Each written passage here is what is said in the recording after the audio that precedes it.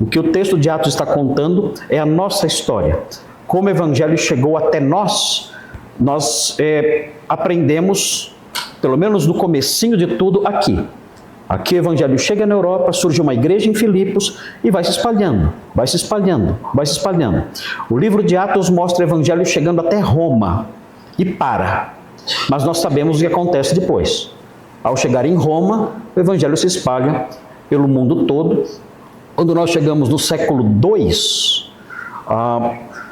por processos que são desconhecidos dos historiadores, porque existe uma gap, existe um silêncio histórico de mais ou menos 30 ou 40 anos, entre o ano 85 e o ano 110,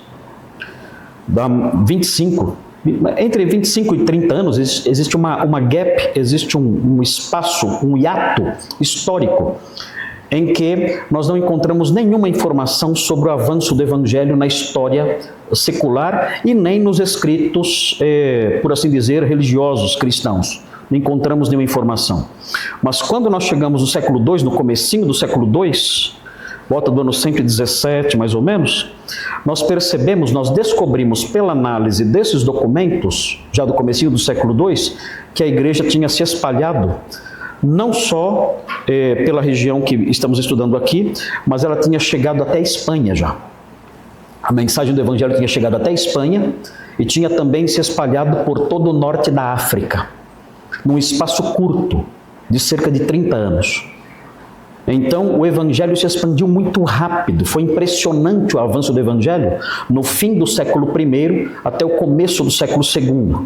E isso é objeto, inclusive, de questionamentos e de análises que os historiadores fazem, tentando entender como pôde isso, como pôde uma fé, uma mensagem pregada por homens simples, um punhado de pescadores cheirando peixe, como pode isso, uma mensagem assim, simples, pregada por pessoas simples, sem os meios de comunicação de que nós dispomos hoje, sem as facilidades de que dispomos na modernidade, como pode, sem revoluções, sem passeatas, sem grandes convulsões políticas ou sociais, como pode essa mensagem, nascida numa província obscura do Império Romano, que era a Judéia, como pode essa mensagem tomar o mundo em cerca de 30 anos?